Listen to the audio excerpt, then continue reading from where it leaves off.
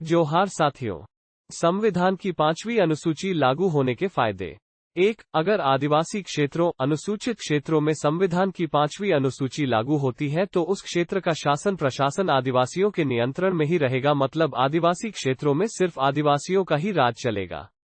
2. अगर आदिवासी क्षेत्रों में संविधान की 5वीं अनुसूची पूर्ण रूप से लागू होती है तो आदिवासी क्षेत्रों में 100% आरक्षण आदिवासियों को ही मिलेगा, मतलब 5वीं अनुसूचित क्षेत्रों में सभी विभागों के अध्यक्ष सिर्फ आदिवासी ही रहेगा, सभी पदों पर आदिवासियों की ही नियुक्ति होगी, जिससे एक भी पढ़ा लिखा आदिवासी युवा बेरोजगार नहीं घूमेगा।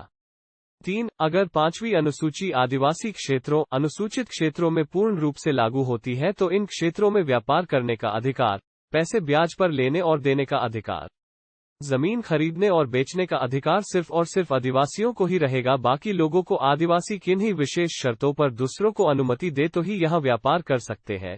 4. अगर 5वीं अनुसूची आदिवासी क्षेत्रों अनुसूचित क्षेत्रों में पूर्ण रूप से लागू होती है तो आदिवासी की जमीन के नीचे अगर लोहा, सोना, चांदी, बॉक्साइट और तमाम तरह की कीमती धातुएं निकलती है तो उसमें मालिकाना हक सिर्फ और सिर्फ आदिवासियों को ही रहेगा, मतलब आदिवासी रातों रात करोड़पति अरबपति बन सकता है।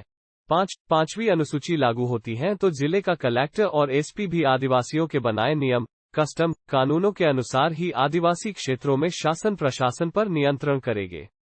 6. अगर 5वीं अनुसूची लागू होती है तो उस क्षेत्र के आदिवासियों को अपने क्षेत्रों में किसी भी प्रकार का भाड़ा टैक्स नहीं देना पड़ेगा, मतलब आदिवासी क्षेत्रों में हम आदिवासी road tax, toll tax, service tax से फ्री रहेंगे। 7. 5वीं अनुसूची लागू होती है तो आदिवासी क्षेत्रों में तमाम तरह के निर्माण कार्यों का ठेका सिर्फ आदिवासी युवाओं को ही मिलेगा, मतलब आदिवासी क्षेत्रों में 5वीं पास, 8वीं पास, 10वीं पास ठेकेदार बनकर करोड़ों रुपए कमा सकते हैं।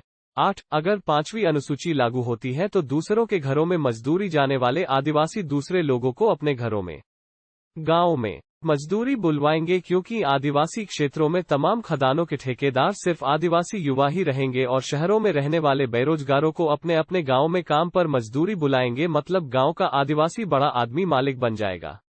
9. अगर 5वीं अनुसूची लागू होती है तो आदिवासियों को अपने साथ हो रहे अन्याय अत्याचार के लिए पुलिस और कोर्ट के चक्कर नहीं लगना पड़ेगा, मतलब आदिवासियों को न्याय आदिवासियों की अदालत परंपरागत ग्राम सभा मतलब गांव की बैठक के भीतर हो जाएगा।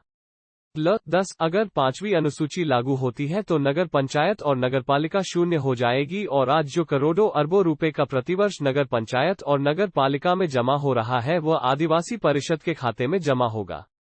साथियों, 5वीं अनुसूची के पूर्ण लागू होने के इतने फायदे हैं तो क्यों ना प्रत्येक आदिवासी युवा 5वीं अनुसूची की लड़ाई में खुद पड़े संवैधानिक जागरण में लगे युवाओं से कंधा मिलाकर खुलकर समर्थन करे, क्योंकि यह लड़ाई व्यक्तिगत नहीं, यह लड़ाई देश के 15 करोड़ से अधिक आदिवासियों की लड़ाई है।